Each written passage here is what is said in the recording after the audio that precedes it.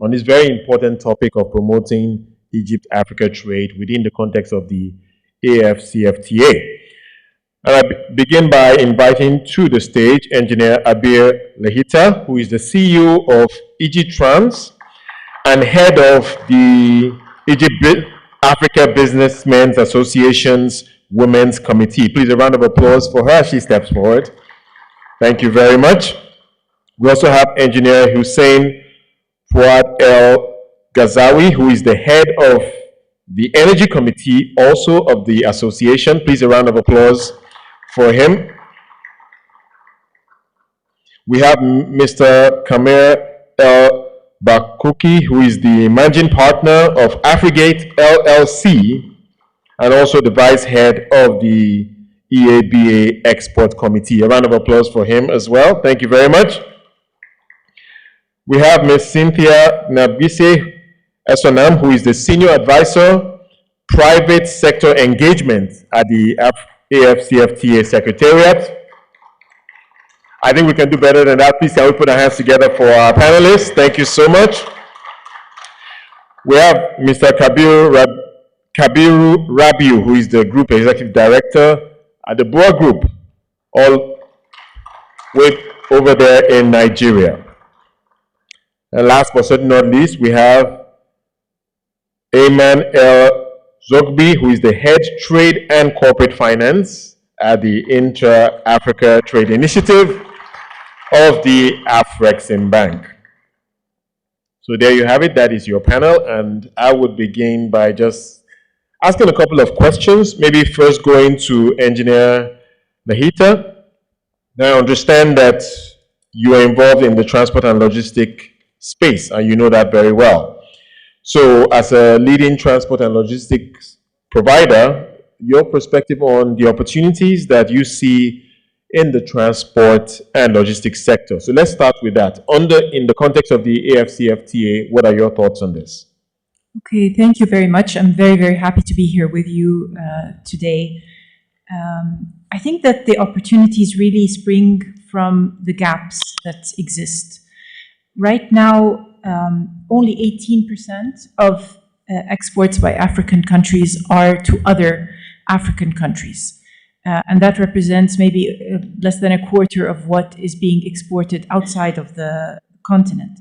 At the same time, most of these exports are primary commodities, representing about 70%. So it's quite low on the value chain.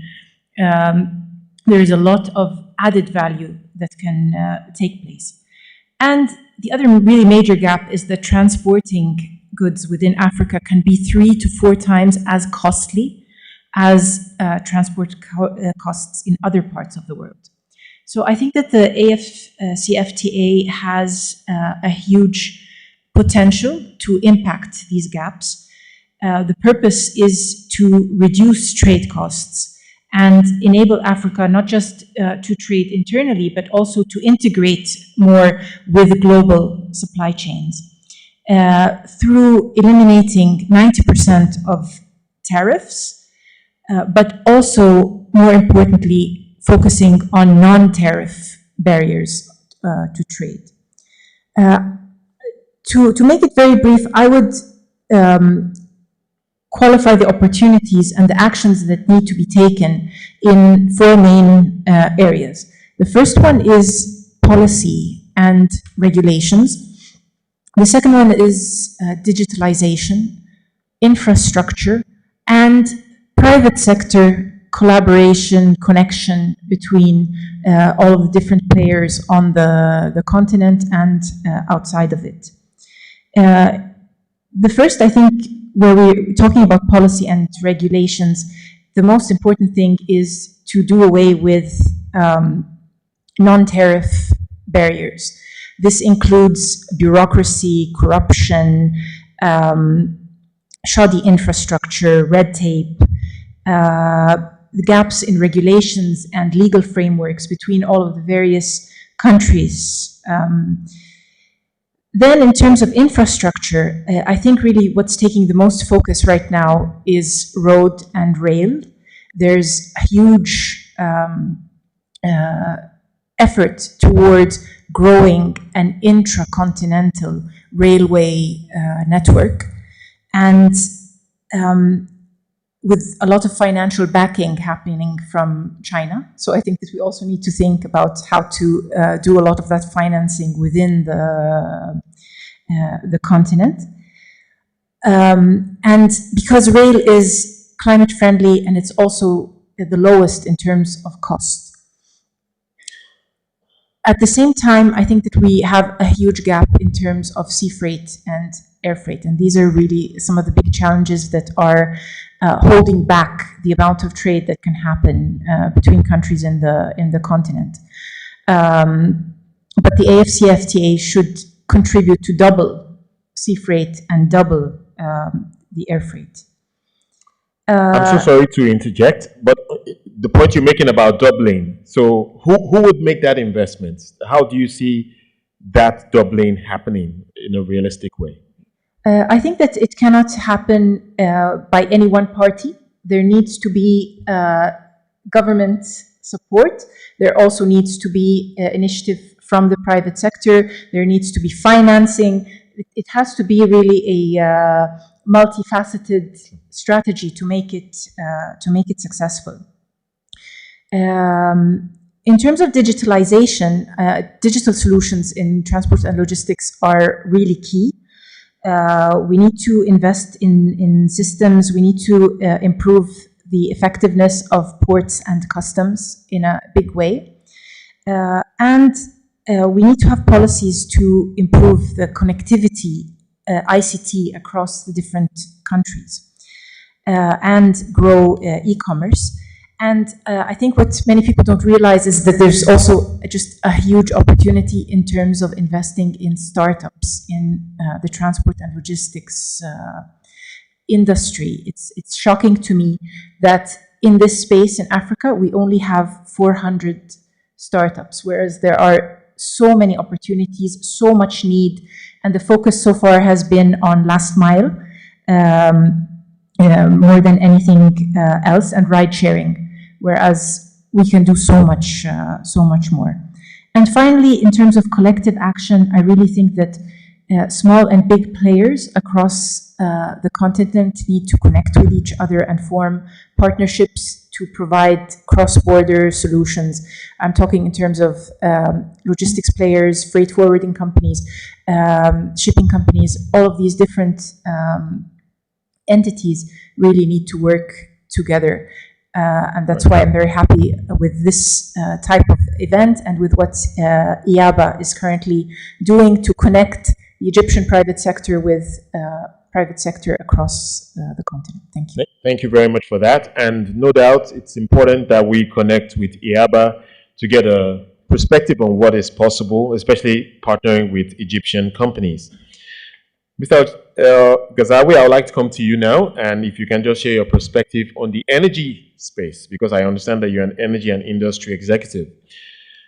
And the Ukraine crisis obviously is showing the vulnerability of Africa to external shocks. And I want to hear from you how you think the continent can prepare itself better and get more energy independent, and so that these recurrent energy challenges are not as pronounced for the continent, especially in the context of the African Common Free Trade Area Agreement. Thank you very much for giving me the opportunity to talk to you guys today, and thank you for your questions. Before I start, yes, we are vulnerable. If we are exporting 70% of Africa export is a raw material, and we have a trade deficit, yes, we'll be vulnerable for any crisis, even if it's thousands of miles away. Just before I talk about the long-term solution, I'd like just to share some numbers. I'm sure you guys are aware of it, but it's important to understand the issue as far as the energy concern in Africa. We're talking about Africa is a home for about 17% of the total world population. However, we only account for 4% of the global power investment, and Africa only have 3% of the total worldwide electricity. It's a very shocking numbers. And when we see the issue with the electricity, where we have 580 million Africans without electricity, and we know all this, how shocking these numbers. If we take Sub-Sahara, exclude South Africa, there is about 1 billion people lives in that area. The electricity available to these people equivalent to what Germany produce for 83 million people. So 1 billion people have the same electricity capacity or production of 83 million. Obviously impacting the living standard, impacting the development, impacting the industry. Oil. Africa produce about for oil and gas, Africa produce 7% of the total worldwide production. If we take oil as an example, we produce 6.8 million barrels. We have a need of 4. But if you look at the refinery capacity of the country, of the continent, it's about 2 million barrels. So we export oil and pay 5 times or 6 times more of the same oil as a refined product because of the lack of the refinery capacity. Let's go to the energy mix or the electricity energy mix in Africa. As far as oil, 8%, gas 39%. That's actually not bad because compared to other continents, actually gas is less polluted or less CO2 emission compared to oil, and gas will be essential for the energy transition. People need to understand that it's not going to be switched, you turn it on and off as far as energy transition concerns. So we still need gas. 28% coming from coal, and that's mainly in South Africa. Very disappointing figure when it comes to the rest. 17% coming from the hydropower. It's about 37 gigawatt, not yet significant to the potential of Africa as far as hydropower. Present 3.3% of the worldwide production of the hydropower. And if you compare entire Africa, it will be equivalent to Norway, which is country in North Europe, producing the same hydropower as entire Africa produce. And sad story with the renewable, whether it's solar, wind, biomass, geothermal, only 5%. And if I take an example of the renewable, Africa produces the renewable 42 terawatt hour in 2020, while Europe, which doesn't have sun compared to what we have in Africa, about 921. So it's almost 22 times more than us. I spoke enough about numbers, but I just want to highlight the issue of the energy because we will not progress without having affordable, sustainable supplies of energy. So you asked me about the long-term solution. Long-term solutions, definitely, we have availability of solar and winds in Africa. We need to accelerate the renewable. Solar in particular, the price of the technology dropped significantly since the last decade. We need to have more solar.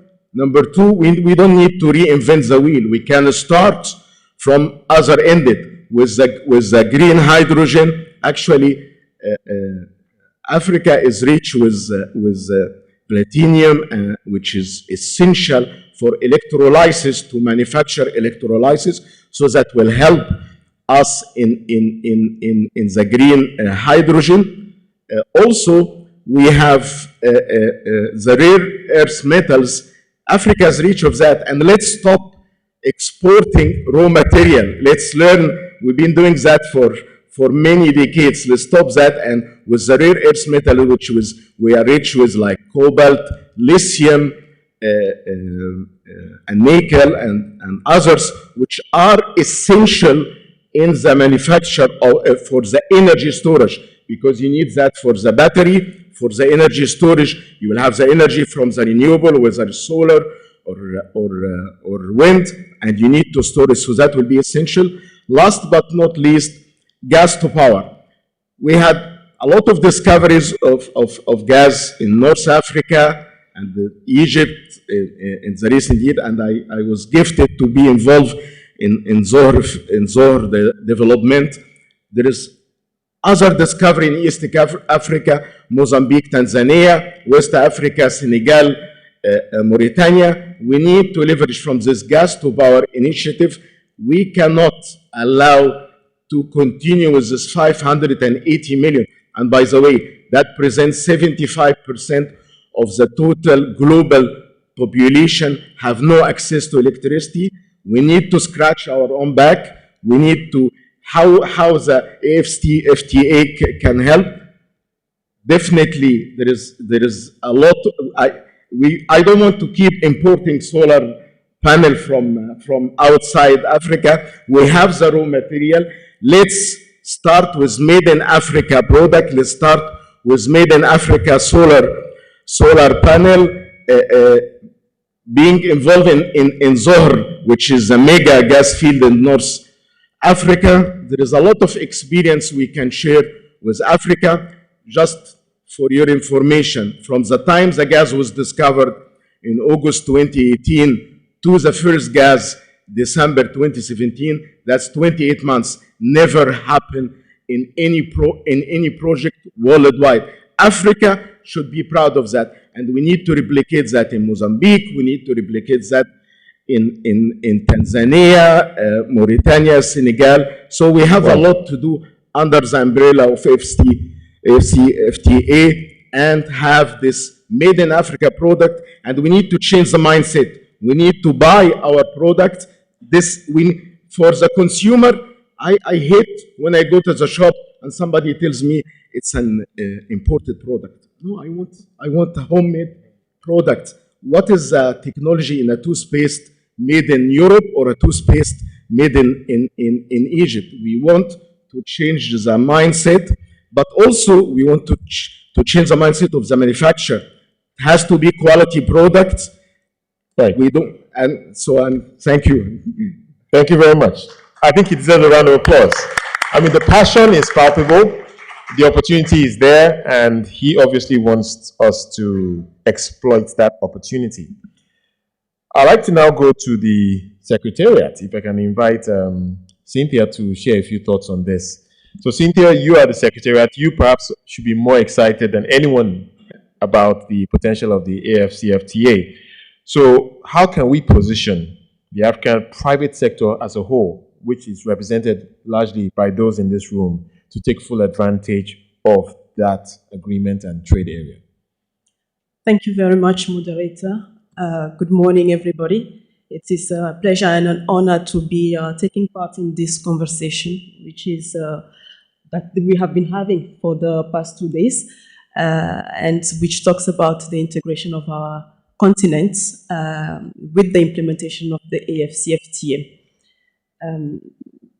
I think one of the reasons why we think that the AfCFTA is potentially a game changer for the African continent is obviously the impact, the transformative impact that it can have on on the African economic development.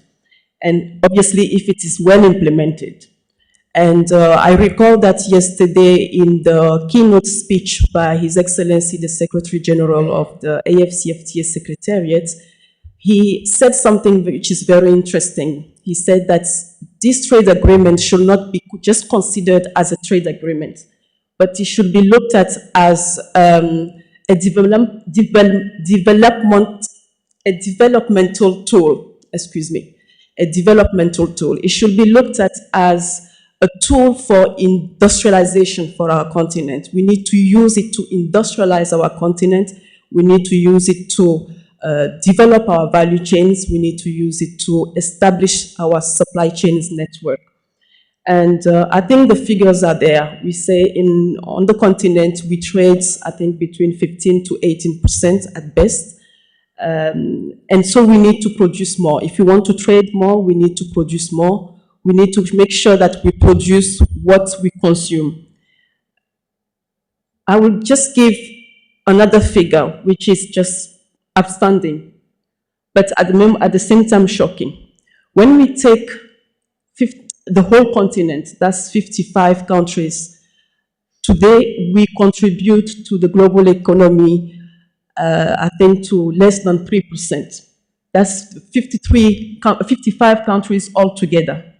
But we take a country like Singapore, which I think in the years 1950, 1960s had the same level of economic development as some of the African nations.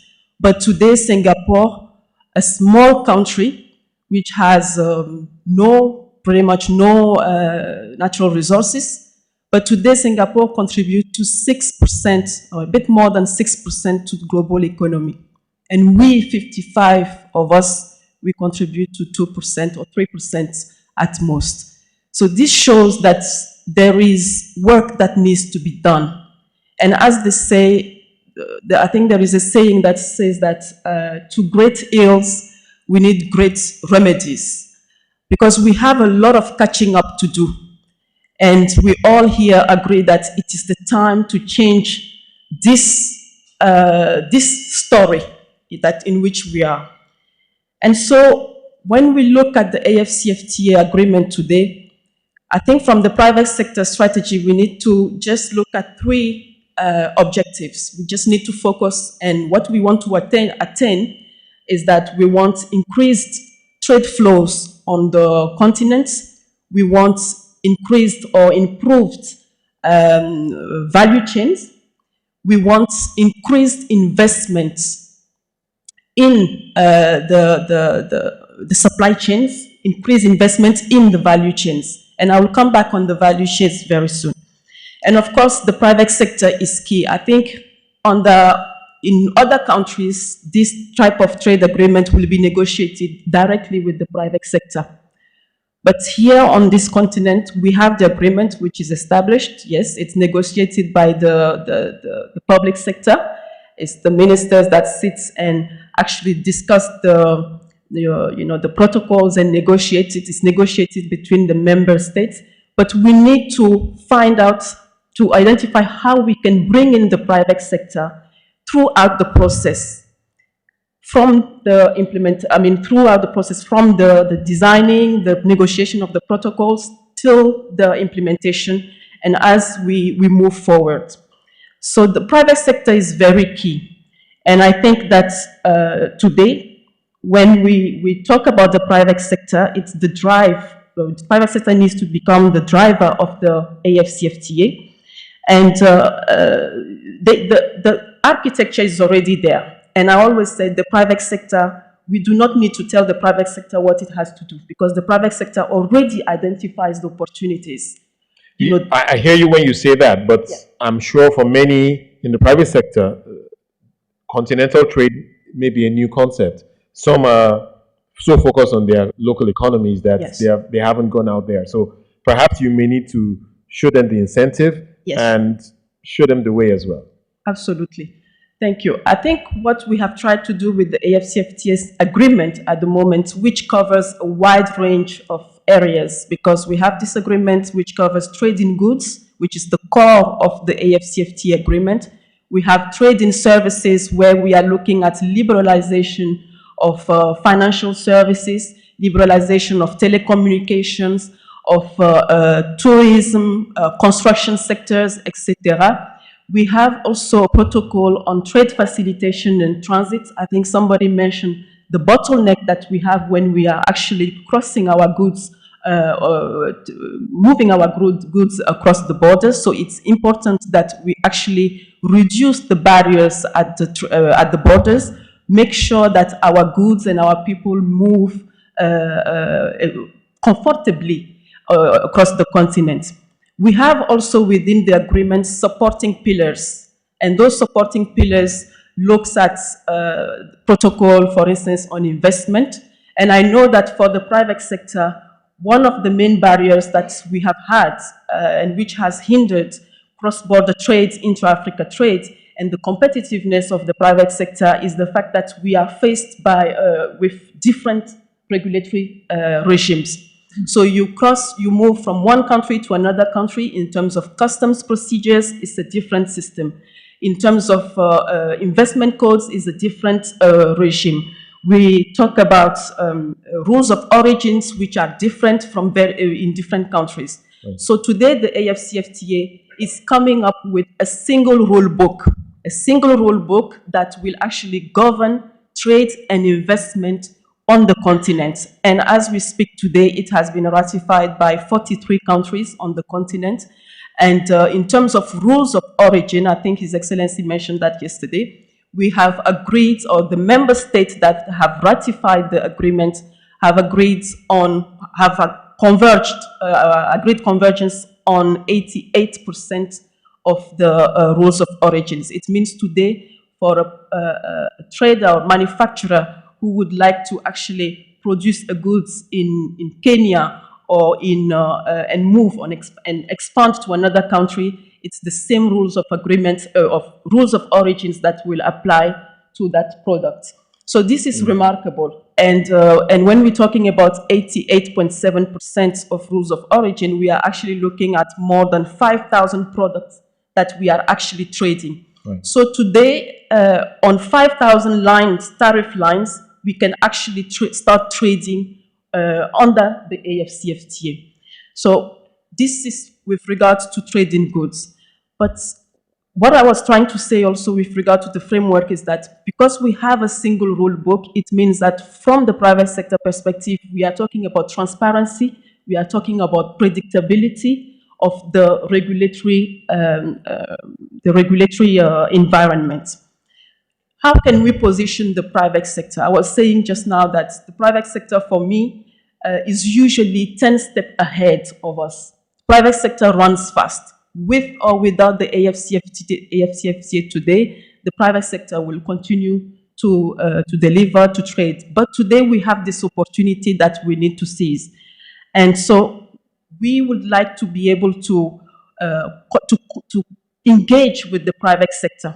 So at the Secretariat, we are looking at establishing a platform within the Secretariat which will actually bring all the various actors, from the manufacturers to the traders to the logistics, to actually look at practical solutions to address these issues that we have been talking about. Because today we need to be practical and we need to be aggressive, right, so that we can change the story. In terms of value chains, and I was happy to listen to the key sectors that was mentioned as a potential for Egypt. We have identified at the Secretariat 4 value chains for focused intervention. And these value chains have been identified because we think that there is, first of all, a demand on the continent, and there is also the existing capacity that can be increased. The value chains are automotive sectors, and I know Egypt is also well positioned for that. We have the value chain on transport and logistics, value chains on agriculture and agribusiness, and also in pharmaceuticals. And the study has shown that if we have focused intervention on these 4 value chains, we will be able to create more than 700,000 jobs. We will be able to add to pretty much $5 billion in terms of value intra-trade. That is double what we are doing now. And in terms of production, we will be able to add more than $11 billion. So it is important that we work with the private sector to see how we can intervene directly in those value chains. Pharmaceuticals, we import 16 billion worth of pharmaceuticals from India. And today, Egypt has said that this is a sector in which they can actually increase the capacity so that we can produce generic drugs and trade across the continent. Similarly, when we look at the automotive sector, we have a deficit of 4 million vehicles. We import 4 million, we produce 1 million, and we import 4 million. And this is just shared between, I think, South Africa and Morocco. So there is opportunity there for the private sector to actually engage in the automotive sector to develop that value chain. And there we are talking about 30,000 components that go in manufacturing one specific vehicle. This is also opportunity for the SMEs. This is also opportunities for us really to move up the ladder in terms of on that particular sector. Right. Yes, I can imagine you have quite a bit to say. Yes, but if you can just round it up for us so that we can get to the other panelists. Thank you. Sure. I just, maybe to wind up, I wanted to say that just now my predecessors mentioned the change of mindset. And I will just give you an anecdote. In 2018, I participated in the first IATF here, and I was very surprised personally to see the potential in terms of manufacturing in Egypt, to see how I didn't know that Egypt actually had a very big industry in terms of manufacturing kitchen appliances, because I am also an entrepreneur who also have a restaurant, and I used to import my kitchen appliances from China. So I came in and I collected all these business cards, and I went back home very excited with my partner, and I said, these are now on the continent. We will be able to now import kitchen appliances from Egypt. Then the first action was to say, okay, let's start getting into contact and seeing how we can do that. I get into contact with my freight forward to say, how can we now ship? If we import from Egypt, how can we bring it to Lomé, where I come from? The first reaction was, it's going to be complicated. It's going to be complicated. It will take us longer than if it will take you if you bring from China. And then that's where the story stopped. So from my excitement, I actually didn't push forward because my freight forwarder said to me, it will be complicated. So it's a matter of changing our mindset and saying, let's make it happen. Let's start by by making some trades happen, even if at the beginning it doesn't make commercial sense or it doesn't make financial sense, because that's how we will find the problems and make sure that we adjust. Because otherwise we will continue talking, but we will never actually start trading and actually never consuming what is made in Africa. So I just wanted to leave it there for now. Thank you. Thank you. Thank you very much. So we have the privilege of having an entrepreneur at the Secretariat who is testing these things. So hopefully as they test it, we all figure it out and it works for everyone. Thank you so much for that. I'd like to go to Mr. Rakoki now and get your perspective on coming back to Egypt now. So incredible opportunity I see here in this country. As I mentioned earlier, it seems everything is big in New Cairo. What trade and investment opportunities would you like to see Egypt as a country, I'm sure many are in the room right now, explore with the rest of Africa? What are the opportunities you're seeing? First of all, good morning. Thank you, Mr. Moderator. Thank you, Afreximbank, for giving us this opportunity to be here, to meet all these lovely people. And I hope that at the end of this session, to know all the people in this hall. First, I will start to promote Egypt as a part of Africa and a gate to Africa. Egypt has been always the best location between the three continents, Asia, Africa, and Europe. And it has also been promoting trade since the pharaohs. It's also, the location gives us the chance to be within Africa or any place in Africa between 2 and 15 days if there are direct lines. We have also a very strong infrastructure for highways, roads, seaports, airports.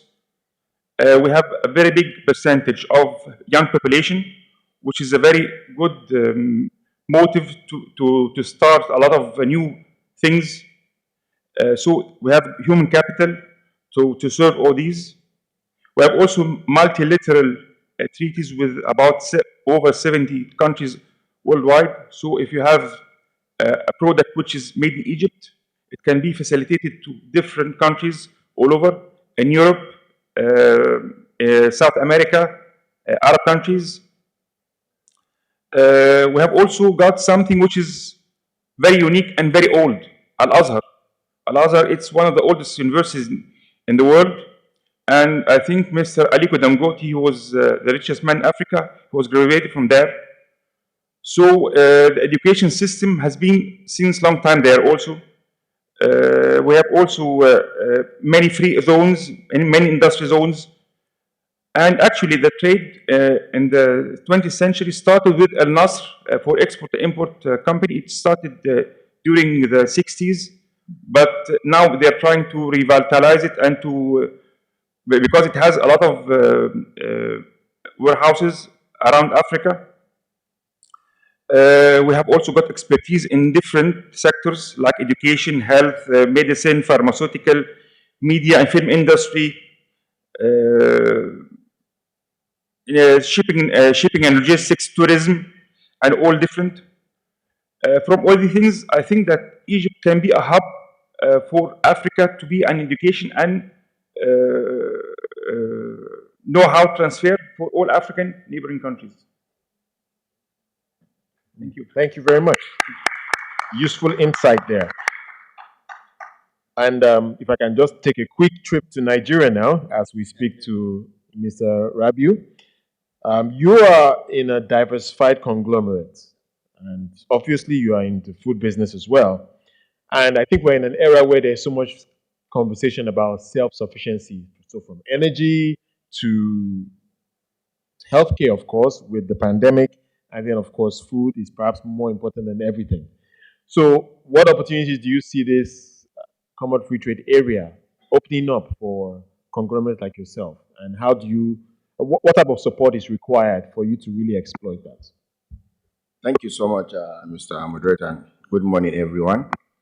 So I think for me, really, we need to begin to see Africa not as a continent, but more like a country. Why? Because Africa, trades only 15 to 18% within ourselves, which is the least, in the world in terms of the continent's, intercontinental trade. And the Ghanaian president, I just came from Abidjan for Africa CEO Forum. He put it beautifully that it's not by accident that the continent that trades least within itself is the poorest in the world. Asia today, trades 70% among them. Sorry, Europe trades 70% among themselves. Asia trades 60% amongst themselves. We do only 15%. Why? Because we export raw materials and import, finished products. So, for example, if you look at Egypt today, Egypt is the largest importer of wheat in the world. Last year, Egypt imported 12 million tons of wheat, mostly from Black Sea and the Americas. Yet we know that Ethiopia has the competence to produce wheat. They did 3.6 million tons last year. We know Kenya could be competitive. We know Sudan could be competitive, as well as South Africa. But we are not looking inward. For example, Mali, Burkina Faso, and some other African countries, including Egypt, are the top producers of cotton in the world. Nigeria today imports $4 billion worth of textile and garments, while some of the biggest cotton exporters, are from Africa. And when you export $100 worth of cotton, you import $1,000 worth of textile. So basically what we're doing, we're just exporting raw materials and importing finished products without really looking at what could be done within, the continent to be able to add value. But what is important for me and critical is how could we be self-sufficient in at least the basic human needs? For example, food. Yeah. How can we be able to at least feed ourselves? We always say that 60% of the world's arable land is in Africa. We know we have the water, we know we have the right climate that is conducive for production of foods. But why do we continue to import 70 to 80% of our food? Last year, we spent over $40 billion importing food that we can grow on the continent. So the issue is, really, we are so fragmented as a continent. If you look at agriculture and food production, you need certain inputs like fertilization, like inputs like mechanization and irrigation infrastructure.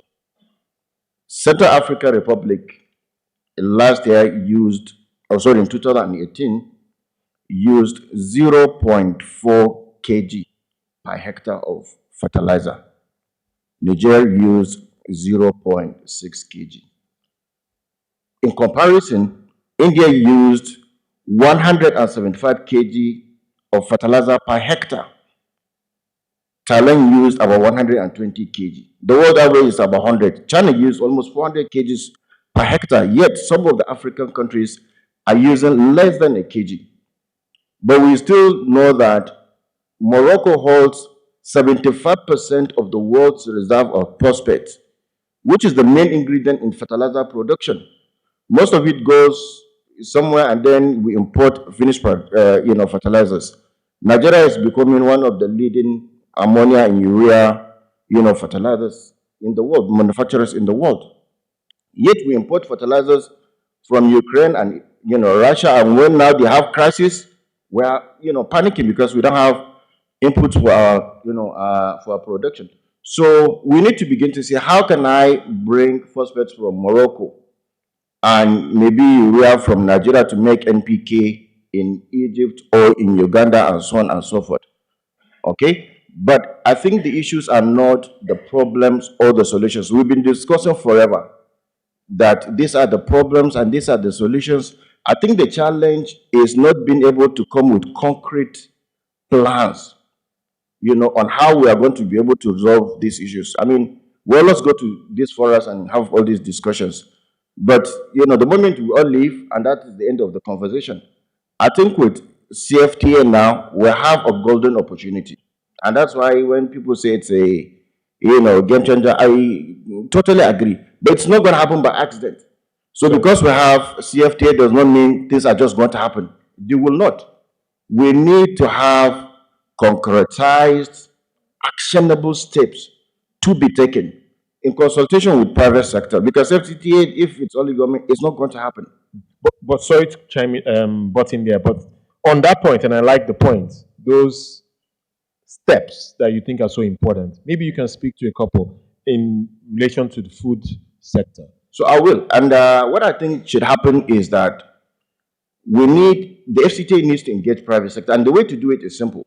We have 5 or 6 regional trading blocks in Africa. So we have the SADC, we have the ECOWAS, we have COMESA, and the rest. We need to bring private sector champions, maybe 5 from each of the trading bloc, to come to a table and come up with a blueprint on how does Africa at least be able to feed themselves. We are in production of food in Nigeria, so we have a lot of food production and food processing. We're developing 20,000 hectares, but I know that so many countries in Africa actually have the opportunity or the ability to be able to have this expanse of land and production. And I'm happy to go and make this investment in other parts of Africa, but I need to know how or where. There's no central platform that can pinpoint what is really needed. So I think at this juncture, I challenge us today in this room, at this hall, and I was discussing with Cynthia earlier, for us to agree, next steps, because it's very, very important. We need to sit down, the private sector and the CFTA and the government, to come up with a blueprint on how Africa should be able to feed herself. Thank you so much. Thank you. Thank you very much. So hopefully the challenge is being taken by everyone in the room. I'll be coming to the audience shortly to get some questions and comments. But before that, we'd like to hear from the DFI in the room, Afreximbank. And Eamon, if you can speak to this. So DFIs obviously have been involved in industrialization efforts across the world and indeed on the African continent. So speaking specifically about the AfCFTA, what type of support can we anticipate from the Afreximbank? Oh, so much indeed. We're doing so much and we continue to do so much. But let me first start and talk about multilateral institutions in general and the role they can play in promoting regional integration, intra-African trade, and especially under the AfCFTA. You see, as we realize the importance that importance of the role that multilateral institutions play every day, with the COVID crisis and now with the conflict between Ukraine and Russia.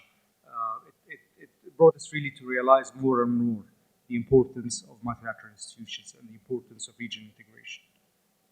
While multilateral institutions across the world play important role in streamlining trade agreements or in bringing countries together, multilateralism in Africa is a must for economic growth. It is argued that many African countries can realize economic growth and sustain such economic growth only through... Sorry, do you mind speaking directly into the microphone a little bit? So I think some people are struggling. Is that okay now? Oh. Much better, much better. Thank you. So really, multilateral institutions are important to Africa. And we realize that role at Afreximbank, and we hold it really dear to our hearts to push this agenda forward. Multilaterals can bring African governments together to discuss business, to discuss policies, to discuss regulations, and help promote regional integration. They can bring African private sector together, African companies, to discuss again trade and agreements and discuss business and grow their footprint across Africa. Multilateral institutions can provide trade intelligence information. Our sister Cynthia from the Secretariat was talking about that she didn't know that Egypt was producing so much, and it's the case in so many industries, and it's the case with so many countries. Sure. So someone has to bridge this gap in market information. This is by far the largest bottleneck to intra-African trade and region integration, the lack of market information. So if we are able to bridge this market information, if we are able to bring Africans together to discuss trade, and if opportunities are there, the infrastructure will follow. If there are a lot of trade happening between Cairo and Lomé, infrastructure will follow. There will be shipping lines to service this trade. There will be ports to service this trade. There will be air carriers to service this trade. So it's really the role of multilateral institutions to bridge the trade information gap.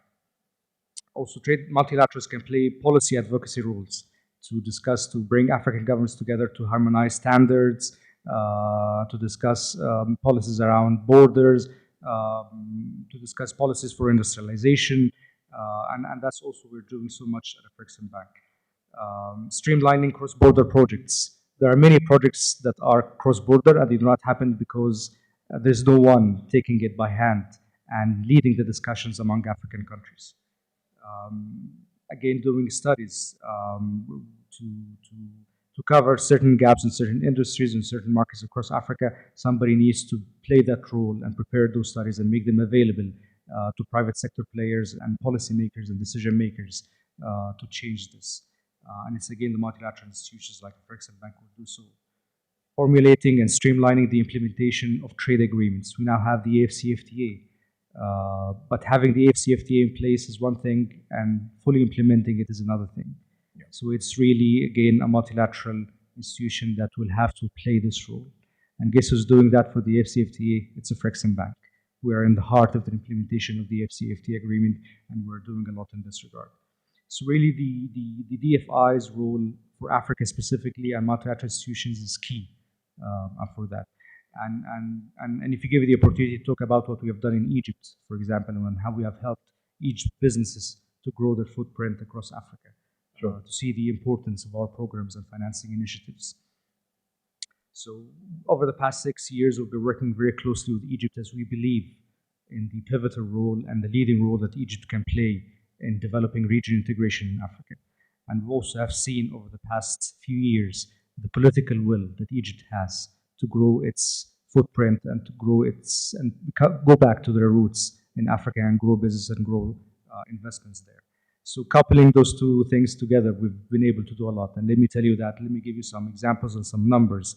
Today, as we speak, the portfolio, the financing portfolio for Egypt represents around 25% of the total portfolio of the bank, which is a huge number, given that we cover 51 African countries. Not so long ago, we've done an Egypt-Africa trade promotion program for $500 million, which was fully utilized and implemented. You've heard our Executive Vice President for Inter-African Trade talking about the twinning services that we do to help African companies win contracts across Africa. We've been able, over the past 6 years, we've been able to do, to help twinning of contracts worth of $12 billion US, and 6 or 7 billion US dollars for that. Among that were for Egyptian companies. She also talked about the global facility for intra-African trade champions. We've been able also to do financing under this program of over 5 billion US dollars, and around 3 billion US dollars of that was for Egyptian companies. And intra-African trade champions, we call, which are companies that has a track record, the expertise in doing cross-border business, and has been able to do business outside of their countries in multiple jurisdictions in Africa. So we're really determined to support the Egyptian government and to support the Egyptian private sector to grow across Africa. And let me give you examples again of that determination and that commitment. We supported the Swedish Arab contractors in building the Rufiji Dam in Tanzania, which was by far the largest infrastructure project that was done solely by Africans. When we were developing this transaction, we received so many signals from certain parts of the world trying to put us down not to support this transaction. But we've said no, we've done our analysis, we've done our due diligence, and we've committed to it and went ahead and we finalized it. And also while we're supporting Egyptian companies to win contracts in a Western African country, we also received, our senior management received a message from their leadership that we should direct our financing to support another European company which was providing a more competitive offer than the one provided by an Egyptian construction company. And again, our message was no, we will support Egypt. Egypt is a member country of the bank. Our mission is to support intra-African trade and intra-African investment, and we will continue supporting the Egyptian company. And that's where we developed an initiative for supporting African EPCs that our executive vice president talked about again. This were how it was initiated, how to see how we can make African construction companies more competitive and how we can help them win contracts and compete with other international players. It's not that we will not, or we do not want to deal with international companies, but we want the African companies to have a larger share in winning African contracts. We're really doing a lot of support. For example, working with financial institutions in Egypt. We financed so far 3 Egyptian banks to help them grow subsidiaries and investments in other African countries. We've supported trade business. Not only we do infrastructure and we do construction business, but also we support trade business through mediating between Egyptian banks and other African banks to help for the transaction to happen. We provide investment guarantees, we provide investment financing, and we've done so much in that respect with Egyptian companies. For export trading companies, we have a very robust strategy for export trading companies. And currently in Egypt, we're working with an Egyptian companies to help to become an export trading company. We support the emergence of export trading companies given the pivotal role they play in facilitating intra-African trade. Because many producers cannot or don't have the expertise or the capacity to export on their own. So export trading companies play this mediator role to bring commodities produced from different producers and disseminate them across multiple jurisdictions. So we're working with 2 export trading companies in Egypt to help them emerge as an export trading company, providing advisory services on strategy and operations, and ultimately provide financing. On automotive, we're trying to help Egyptian automotive businesses to have some sort of backward integration to be able to manufacture more, and also help them to grow their business across Africa. We've helped an Egyptian company, very famous Egyptian automotive assembler and manufacturer, through twinning services and providing market information on how they can grow their business in East Africa. And currently, they have started their business in Kenya after the advice that we've provided them. Also creatives, that's a very also important initiative that the bank is doing. And in textiles, for example, we're currently in discussions with the Egyptian government and the Egyptian holding company for spinning and weaving on how we can provide financing to the largest textile manufacturing facility in the world, which is currently being done in Egypt, and also trying to help them to find other sources of cotton raw material from other parts of Africa. because Egypt is importing currently from Burkina Faso. They want to diversify and have other sources and also help them to export the end product to other African countries. So really, there are so many things, and I don't know if we have the time to talk about all of them, but I just wanted to give some examples and a few of the initiatives that we are trying to do to help Egyptian companies grow their business across Africa. Many of the companies present here in the room are already clients of the bank and have seen the kind of support that we provide. But we also encourage others to talk to us. Please come to us with your business. We'll be more than happy to support and discuss in more details. Thank you very much. Thank you very much for the encouragement and for the update. No doubt, the Afreximbank is making a huge impact that cannot be erased.